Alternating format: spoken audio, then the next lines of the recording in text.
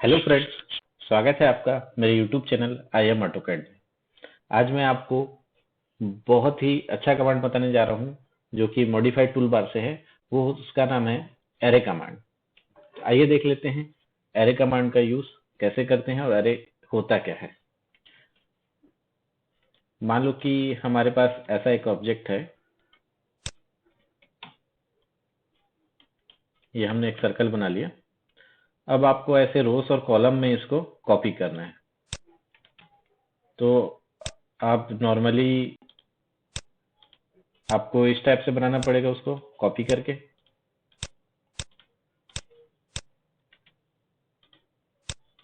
तो इसमें आपको काफी टाइम और मेहनत लगेगा और एक्यूरेसी भी नहीं आएगा अच्छे से। तो ऐसे ही रोस और कॉलम में ऑब्जेक्ट्स को बनाने के लिए एरे कमांड का यूज करते हैं। बहुत ही इंपॉर्टेंट कमांड है एरे कमांड। हमको इस सर्कल को कितने कॉलम्स और कितने रोस में चाहिए उसके लिए हम एरे कमांड का यूज करते हैं। तो एरे कमांड का जो शॉर्टकट की होता है वो होता है AR। AR एंटर करने के बाद हमको ऑब्जेक्ट को सिलेक्ट करना है, फिर एंटर करना है। तो आपको यहाँ पे 3 ऑप्शन दिखा देता है, रेक्टेंगल एरे, पाथ एरे और पोलर एरे। तो मैं अभी आप लोगों को रेक्टेंगल एरे के बारे में बता रहा हूँ। तो हम सबसे पहले रेक्टेंगल एरे ले लेंगे। जैसे ही आप रेक्टेंगल एरे लेंगे तो आपको ऑटोमेटिकली बाय डिफॉल्ट ऐसा एक कॉपी पेस्ट कर देगा रो और कॉलम के हिसाब से एक ऑब्जेक्ट को। जैसे हमारे पास ये सर्कल ऑब्जेक्ट था तो इसको ऐसे कॉलम में और ऐसे रो में इसने उसको बना दिया। अब यहाँ पे हम इसके रोस और कॉलम को ऐड कर सकते हैं। ये तो बाय डिफॉल्ट बन गया। अब यहाँ पे मान लो हम एंटर कर देते हैं। अब आपको इसको एडिट करना है। हमको चाहिए ऐसा 8x8 का रो और कॉलम चाहिए और 2 फीट बाय 2 फीट डिस्टेंस का चाहिए।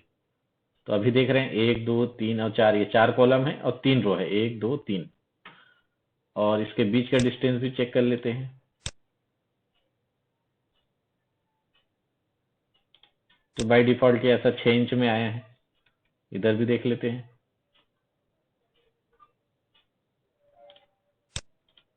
इधर भी 6 इंच में आया है। तो मान लो हमको 2 फीट बाय 2 फीट का ऐसा 8x8 का रो और कॉलम चाहिए सेम ऑब्जेक्ट का। तो अब हम इसको एडिट कर लेंगे। तो एडिट करने के लिए हमारे पास 2-3 तरीके हैं। एक, सबसे पहले आप जैसे ही ऑब्जेक्ट को सिलेक्ट करेंगे, एरे ऑब्जेक्ट को, तो यहाँ पे आपको ना एरे ग्रिप का ऑप्शन आ जाता है। तो यहाँ पे देखो कॉलम काउंट का ऑप्शन आ रहा है। ये जो एरो होता है, लास्ट वाला एरो कॉलम का, ये हमारा बेस पॉइंट है। बेस पॉइंट से राइट साइड में जो नीचे का जो पार्ट है उसमें जो एरो आया है वो हमारा कॉलम काउंट है। तो जैसे ही हम इसको सेलेक्ट करेंगे तो कॉलम को पूछ रहा है कि कितने कॉलम चाहिए। तो हम यहाँ पे लिख देते हैं 8 और एंटर। आप देखेंगे कि 8 कॉलम तक कैसा बढ़ा दिया।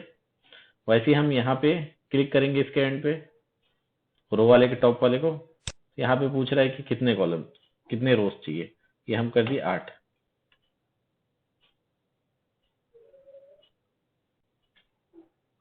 तो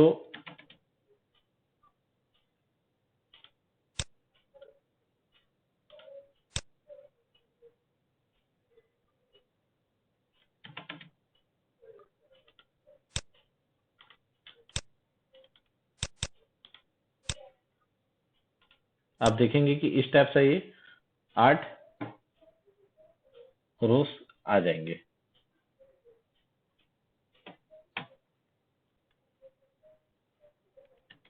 अब आपको चाहिए डिस्टेंस। तो वापस से हम इसको सिलेक्ट करते हैं। तो राइट साइड वाला जो रो है बेस पॉइंट के बगल में उसके नीचे में है, ये होता है डिस्टेंस का। इसको सिलेक्ट करेंगे, वैसे ही हमको डिस्टेंस पूछेगा कि कितने में चाहिए। तो ये 2 फीट कर देता हूँ एंटर। तो ये काफी पास पास हो गया 2 फीट। ये हम सेलेक्ट करते हैं, ये डिस्टेंस है 2 फीट। तो आप देखेंगे कि ये 2 फीट का डिस्टेंस काफी कम है।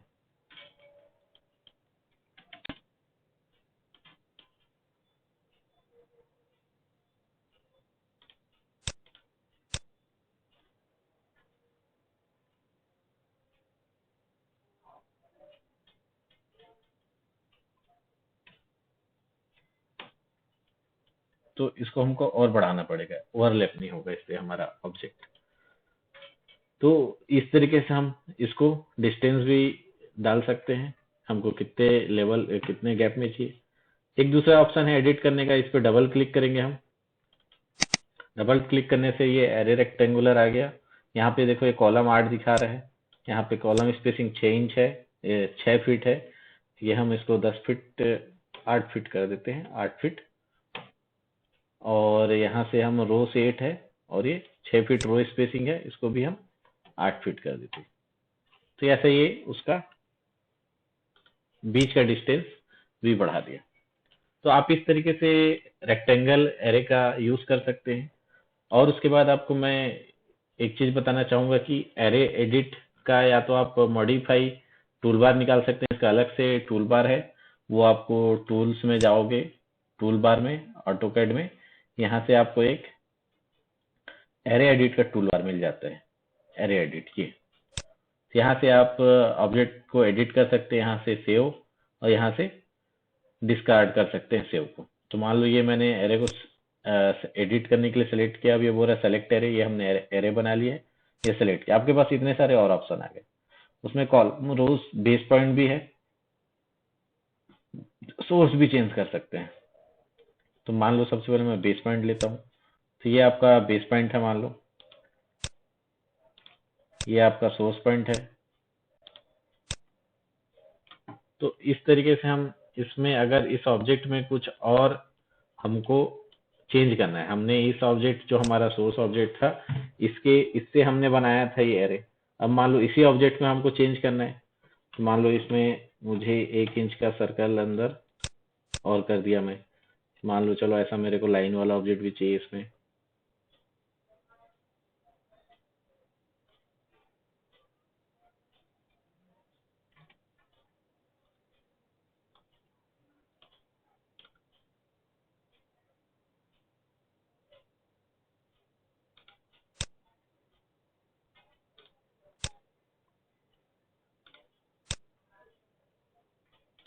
ये मैं सारे ऑब्जेक्ट स्नैप को ऑन कर देता हूँ जिससे पॉइंट दिखाएगा। मान लो कि ये मुझे ऐसा लाइन चाहिए इसमें,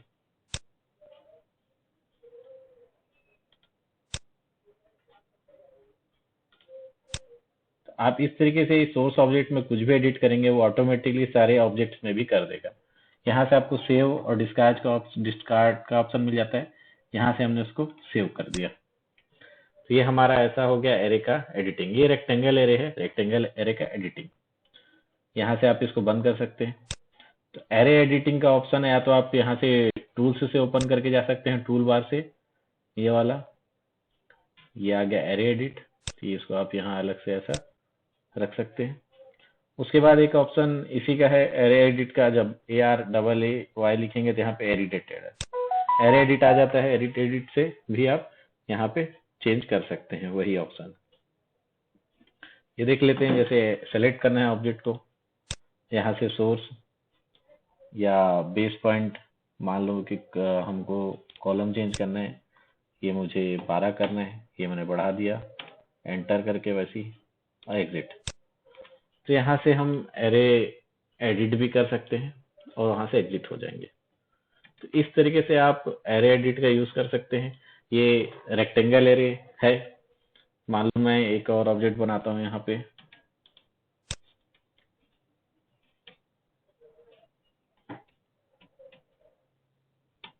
2 फीट बाय 2 फीट का मैंने एक रेक्टेंगल बनाया। अब इस पे एरे करते हैं।